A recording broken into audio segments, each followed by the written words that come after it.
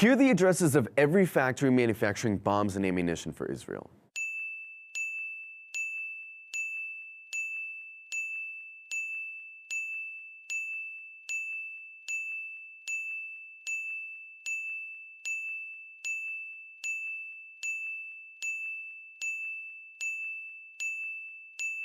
There are way more locations for these weapons manufacturers like corporate offices and R&D sites, but the sites we listed are the locations that actually physically build and assemble the munitions used by Israel. All of these locations have been carefully mapped out by Christian Sorensen, an Air Force veteran and researcher with the Eisenhower Media Network.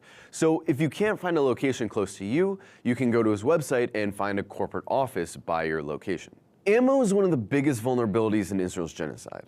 The bulk of the ammunition they use is manufactured in the United States, not Israel. Without this stable supply line, Israel's genocide would be untenable. A recent report revealed that the US has been secretly sending hundreds of weapons shipments to Israel in the last 5 months, indicating that without this constant flow of ammunition, their operations would become unsustainable. Israeli Prime Minister Benjamin Netanyahu admitted as much in a private government meeting in December, saying, "We need 3 things from the US: munitions, munitions, and munitions." He goes on, "There are huge demonstrations in Western capitals," added Netanyahu, whose concerned political pressure overseas might threaten the US arms shipments. "We need to apply counterpressure."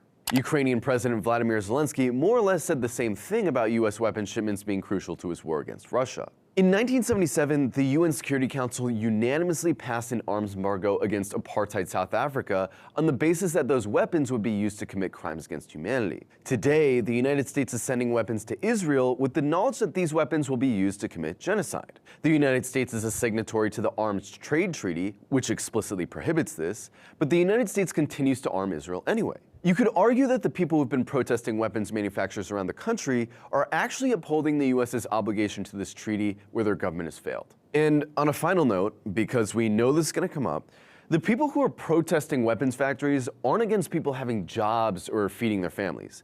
They're against a system which forces people to make weapons in order to feed their families. The people working in these factories, the engineers, the metal workers, the rocket scientists, are incredibly talented people. They have skills that would be incredibly beneficial to the society if they were used to build things like public transportation, hospitals, schools, or energy grids. In fact, we don't even need to put a whole lot of thought into what alternatives these factories could be used for, because Christian Sorensen has already listed out how each of these factories can be used in a peace economy.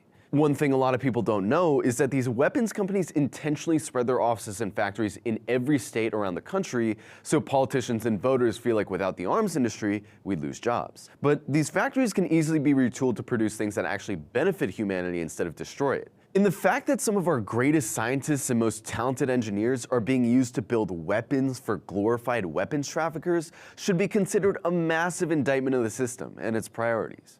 On an October 24th investors call discussing the prospect of the US sending more weapons to Israel, the CEO of RTX, formerly Raytheon, said, quote, "I think really across the entire Raytheon portfolio, you're going to see a benefit of this restocking.